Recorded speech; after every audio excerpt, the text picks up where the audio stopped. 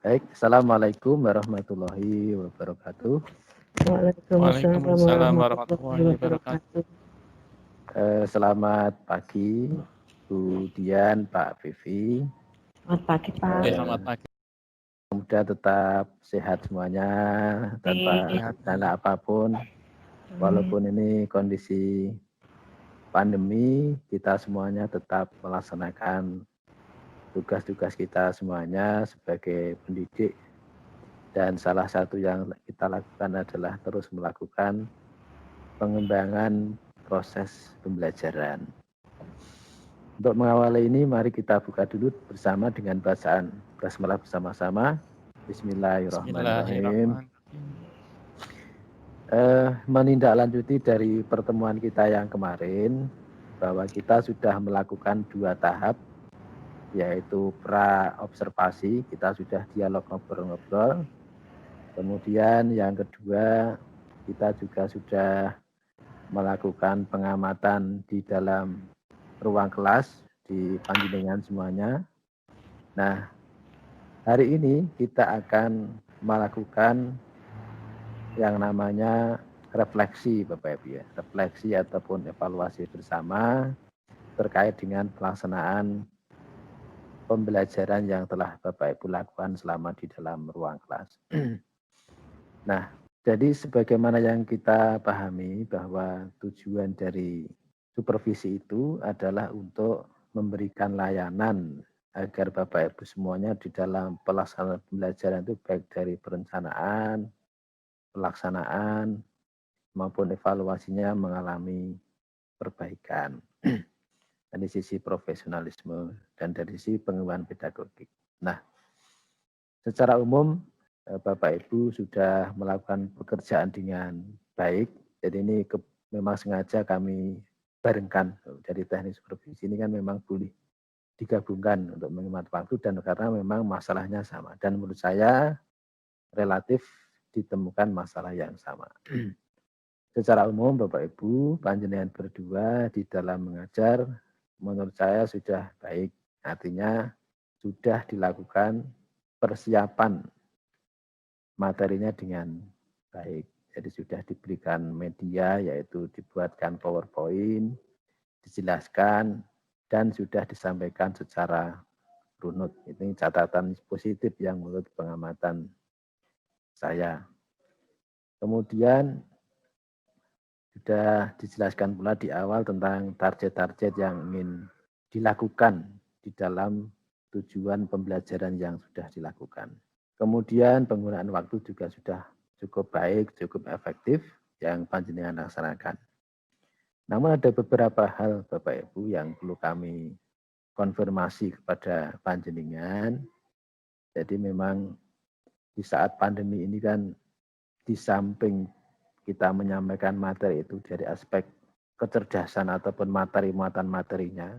Jadi maka ada yang namanya aspek karakter Bapak Ibu. Nah, kami cross check saja nih. Saya melihat bahwasannya kemarin belum begitu terlihat, ya, belum begitu terlihat dari sisi tema apa yang panjenengan sampaikan, kemudian dari materi apa yang bisa diambil dari si karakter. Monggo mungkin dari siapa dulu ini, dari Bu Dian apa dari Pak Vivi dulu, dipersilahkan ini. Monggo Bapak Ibu, untuk bisa memberikan tanggapan terhadap permasalahan yang kami temukan kemarin. Hidupkan dulu Bu, di mute dulu. Pak Vivi dulu, monggo. Oh, nggih.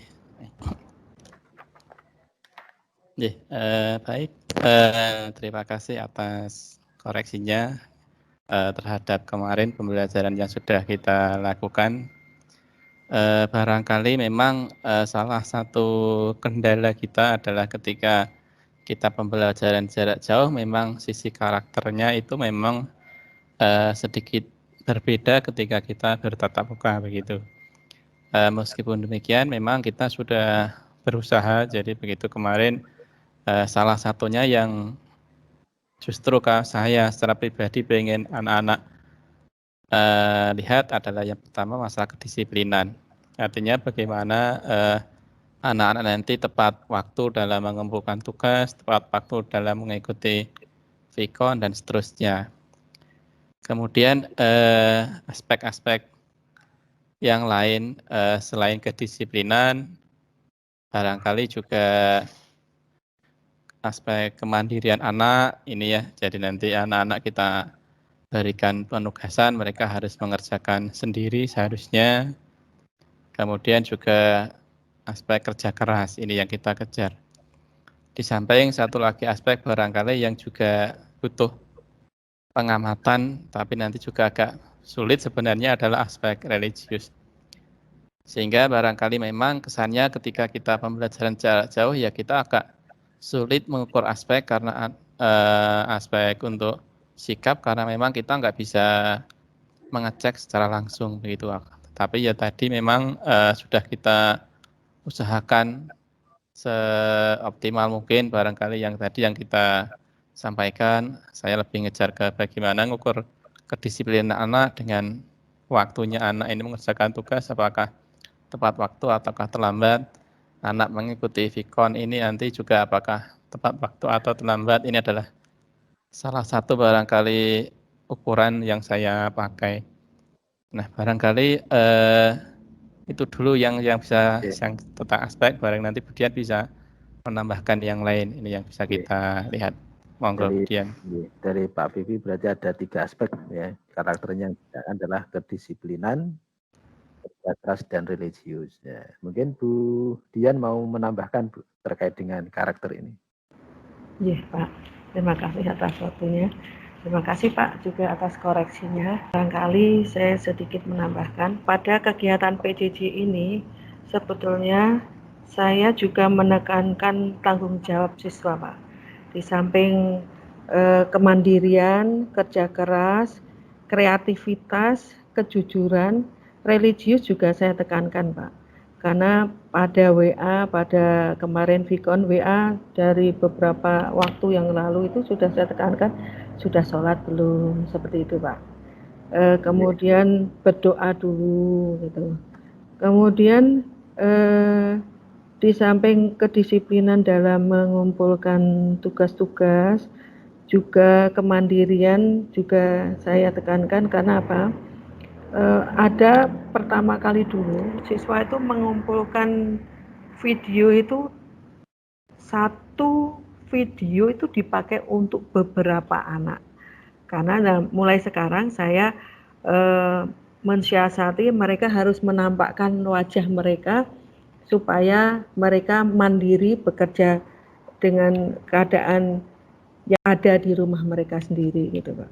Kemudian aspek kerjasama saya juga tekankan kepada mereka karena dengan teman sebayanya, dengan teman sekelas itu kan tidak bisa dilakukan pada saat PJJ ini. Mungkin kalau melakukan hanya dengan Vikon saja Pak atau hubungan WA.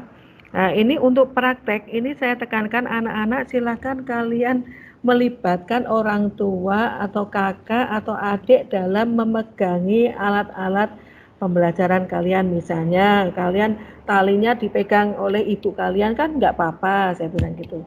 Itu aspek kerjasama yang saya kira itu Pak yang karakter yang berusaha saya bentuk dari anak. Terima kasih. Karena ini ya Bu ya, jadi saya mencatat poinnya itu kalau pembelajaran Vikon itu videonya di-on-kan, kadang-kadang ya, di jeda-jeda, diselat, jangan sampai nanti malah tidur. Ya, baik. Kemudian kita diskusi terkait dengan karakter tadi. Kemudian yang kedua, nanti sarannya terakhir Bu ya. Ini kita dulu, nanti kita saran. Yang kedua tentang literasi ya Bapak Ibu ya. Saya melihat kemarin lebih banyak dominan materi dari Bapak Ibu guru, dari PowerPoint dari Bapak Ibu yang sampai aspek literasinya itu belum kelihatan. Nah mungkin karena di sana di belum kelihatan, mungkin bisa panjenengan jelaskan di lewat refleksi ini. Jadi kira-kira Bapak Ibu untuk menguatkan pemahaman sebuah tema di samping sumber belajarnya dari PowerPoint yang Bapak Ibu sampaikan, mungkin bisa dijelaskan caranya mendapatkan tambahan informasi oleh siswa itu dari mana itu? Dari siapa nih? Kemudian Bapak Bibi dulu nih, silakan. Monggo Pak Bibi lagi. Oke, terima kasih. Jadi terkait dengan penguatan aspek literasi, jadi mungkin memang untuk Vicon kita menggunakan PowerPoint begitu. Akan tetapi sesungguhnya media yang kita pakai tidak hanya itu, Pak. Jadi selain PowerPoint, saya secara pribadi juga membuat video penjelasan. Jadi saya rekam sendiri, saya upload di YouTube sebenarnya. Anak-anak juga bisa lihat itu di YouTube. Kemudian selain juga materi-materi yang kita buat dalam bentuk file PDF ini ya, sehingga anak-anak kalau barangkali ada kesulitan ikut Vicon kemarin nanti bisa lihat video di YouTube yang saya buat, atau juga file-file PDF yang kami upload juga di Classroom. Harapannya nanti barangkali yang punya keterbatasan kuota tetap bisa buka file PDF-nya, atau mungkin yang tidak bisa ikut Vicon punya kuota bisa lihat file-file video yang kita share di YouTube ini. Artinya tidak hanya berupa PowerPoint, selain PowerPoint juga kita sampaikan.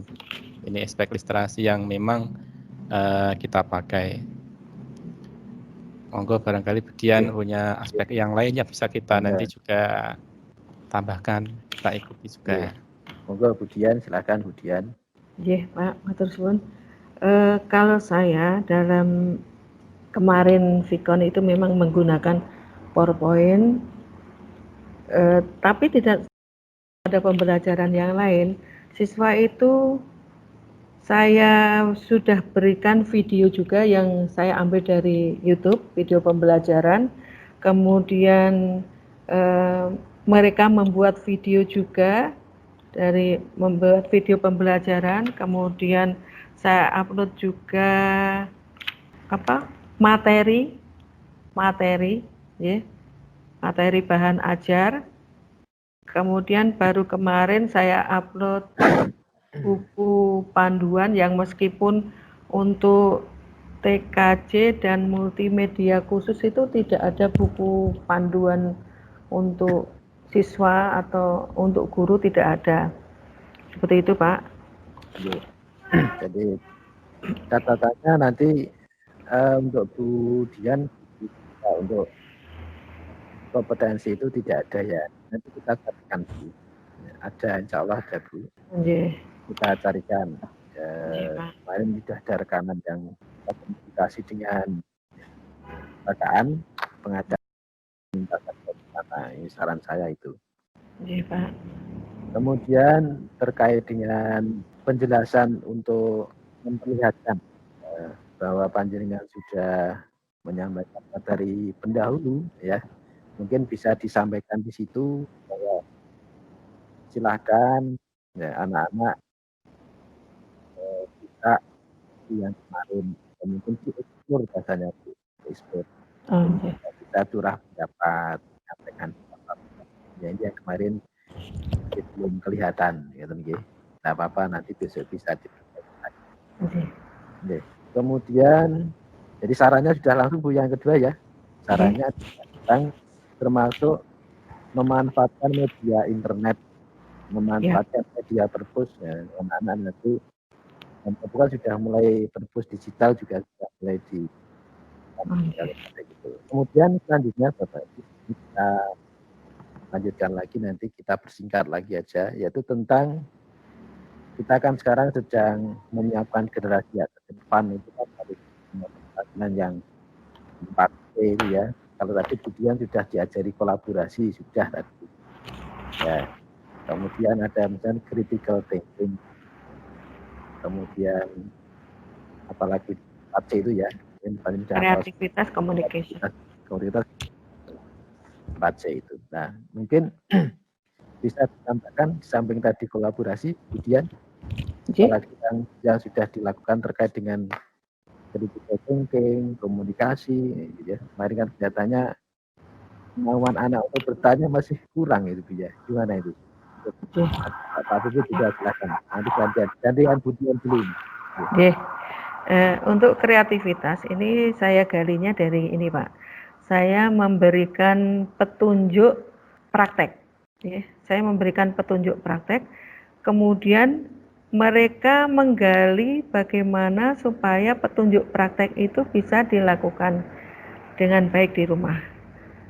Nah, itu ada berapa anak yang lebih dahulu mengirimkan itu, dia kreativitasnya muncul Pak, dengan cara menalikan pada kursi seperti itu Pak.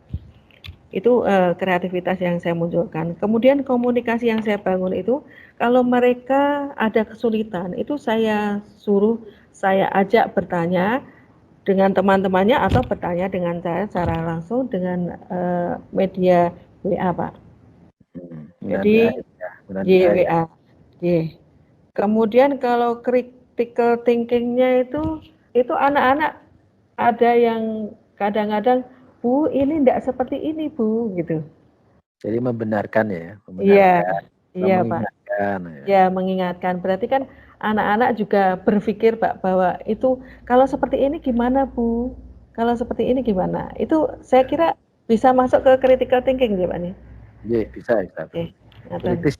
Iya, baik Bu. Matur suwun. Berarti paling tidak sudah mulai masuk ya Bu ya. Iya. Kemudian Pak Vivi, silakan Pak Vivi. Baik. Terkait dengan keterampilan abad 21 ini ya, 4C begitu. Barangkali yang sudah kami terapkan ini ada beberapa hal. Yang pertama adalah kreativitas. Jadi nanti tugas itu karena kita kemarin misalkan pakai Google Spreadsheet, maka tugas itu boleh anak nanti sesuai dengan apa yang aplikasi yang dimiliki ini ya. Jadi anak mau pakai Google Sheet boleh, anak mau pakai Microsoft Excel boleh, mau apapun aplikasi yang lain juga boleh ini. Ini adalah bentuk kreativitas menurut kami. Jadi anak bebas mau pakai apapun aplikasi yang dimiliki ini. Nah, imbasnya juga dengan adanya kreativitas itu, penggunaan aplikasi yang berbeda, anak ini juga harus bisa mencari rumus-rumusnya kan begitu, sehingga nanti sana terjadi diskusi, barangkali anak sebagian ada yang WA secara pribadi bagaimana rumusnya dan seterusnya ke kami begitu. Inilah bagian juga yang kita ajak anak nanti juga berpikir kritis sehingga anak nanti mencari solusi, kemudian ketika nggak ketemu bisa diskusi dengan kami ini ya, karena memang kalau barangkali kemarin tatap muka langsung kita hanya pakai satu aplikasi, misalkan kita pakai Microsoft Word atau Microsoft Excel. Nah, dalam kondisi ini nanti justru anak malah bisa menggunakan beberapa aplikasi bawaan yang gratis.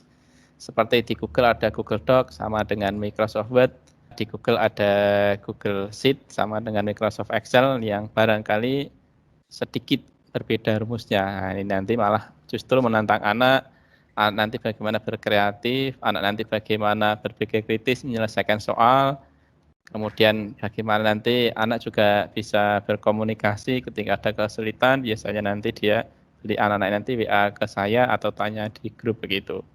Ini barangkali aspek-aspek 4C yang kita gali dalam kondisi keterbatasan ini.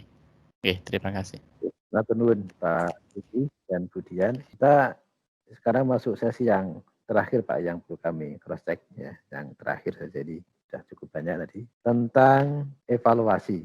Nah, Pak, evaluasi alat ukur. Jadi kan kalau kita melakukan penilaian itu memang harus dilakukan yang namanya pengukuran terhadap keberhasilan pelaksanaan. Nah, selama kita PJJ ini, bagaimana mekanisme yang dilakukan oleh Bu Dian dan Pak Vivi di dalam melakukan evaluasi pembelajaran itu. Monggo nih. Dan saya cek kemarin, memang karena waktu terbatas ya, kami hanya melihat di perangkatnya, tapi bisa diperjelas lagi, dipertajam bentuknya nanti dilaksanakan secara daring, yaitu lewat soal seperti apa. Silakan Bu Dian dulu atau Pak Vivi? Monggo Pak Vivi dulu. Lagi Bu, oke. Jadi aspek penilaian ini juga menjadi salah satu perhatian kami karena memang dengan keterbatasan kondisi sekarang juga kita harus bisa menilai anak secara objektif begitu. Nah, beberapa bentuk penilaian yang untuk mengukur anak, barangkali yang pertama kita berikan penugasan. Jadi setiap minggu kita berikan penugasan. Nanti penugasan nanti juga tidak langsung selesai, tergantung bobot dari materi itu. Jadi kalau agak berat ya nanti kita berikan waktu sampai 1 minggu untuk mengerjakan. Nah, dari penugasan yang dikerjakan anak nanti kita bisa mengukur beberapa hal sekaligus. Yang pertama adalah pengetahuan anak nanti seberapa jauh dia menguasai materi itu.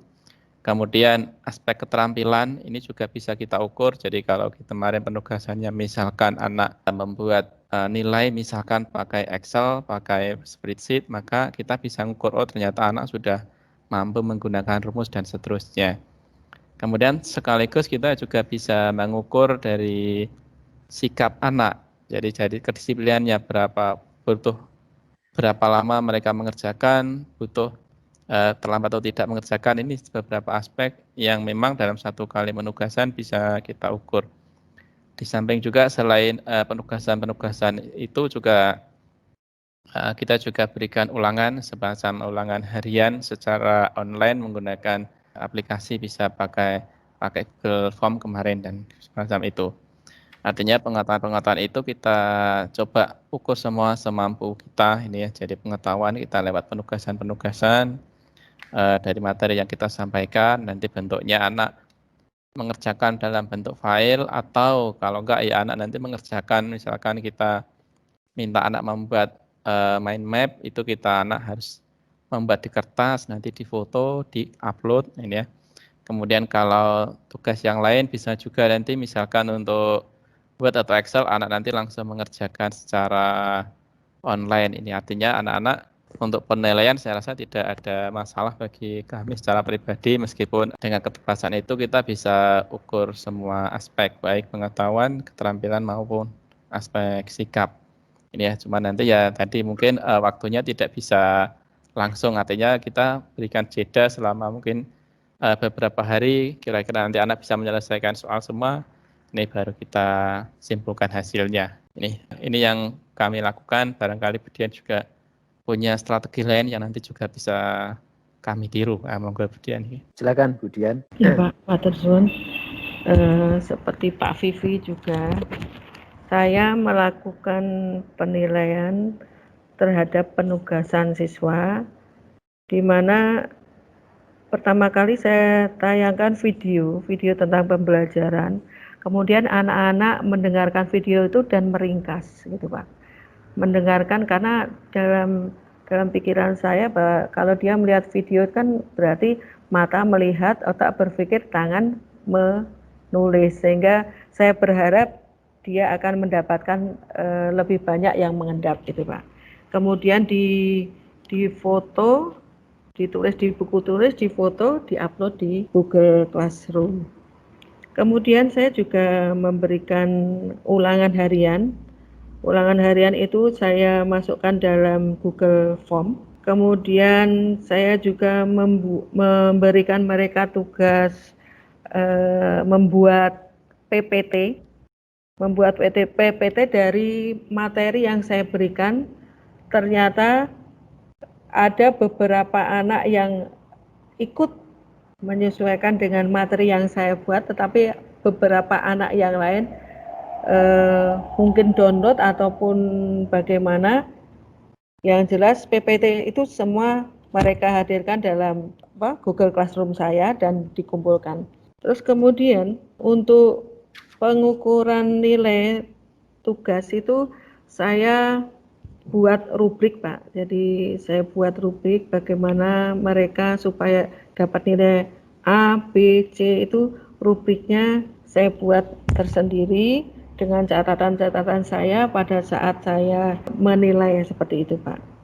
Sehingga nilai keterampilan pada waktu tugas praktek dengan video, nilai laporan praktek juga ada, jadi kemudian laporan pengetahuan juga ada, dan sikap dari pengamatan mereka mengumpulkan tugas seperti itu Pak. Matur suwun. Baik Bapak Ibu, ini juga cukup banyak kita refleksi ya untuk Jadi sudah bisa menggali dari apa yang saya pertanyakan. Jadi memang tidak terungkap di forum tatap muka, tapi ternyata kita bisa menggali dan bisa melakukan banyak hal.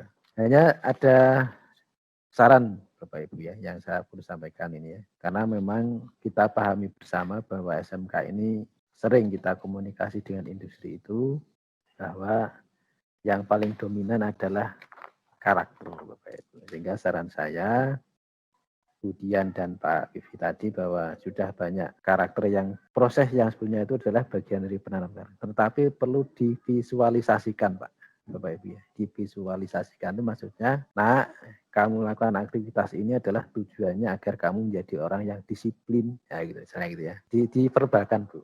Kamu ini sepertinya agar kamu bisa menjadi orang pintar, pandai berkomunikasi. Ini. Karena memang itu adalah kalau orang itu melakukan aktivitas punya harapan, punya target, nanti biasanya jadi tambah semangat. Ini yang saran saya, perlu divisualisasikan, menyampaikan ini adalah dalam rangka membentuk karakter ini. Kemudian yang kedua, Bapak Ibu, yang kami sarankan terkait dengan evaluasi. Jadi karena sekarang sudah zamannya IT, mungkin bisa dikomunikasikan dengan Pak Vivi juga ya sebagai kurikulum itu termasuk dalam pelatihan juga begini Bapak Ibu, agar setelah kita ulangan ya nanti nilainya bisa langsung connect terekam sehingga tidak lagi diolah secara manual seperti itu ya. Ini barangkali biar nanti untuk perbaikan kita ke depan. Mungkin itu Bapak Ibu semuanya untuk refleksi hari ini. Sebelum saya akhiri mungkin ada yang perlu disampaikan Bapak Ibu. Cukup? Apa ada yang mau ditambahkan? Cukup Pak. Cukup gitu? Yes, sudah. Cukup. Nah, baik, terima kasih atas kesediaan waktunya. Selamat melanjutkan aktivitas kembali. Salam sehat. Mudah-mudahan kita tetap sehat, tetap semangat. Amin. Maaf. Assalamualaikum warahmatullahi wabarakatuh. Waalaikumsalam warahmatullahi wabarakatuh.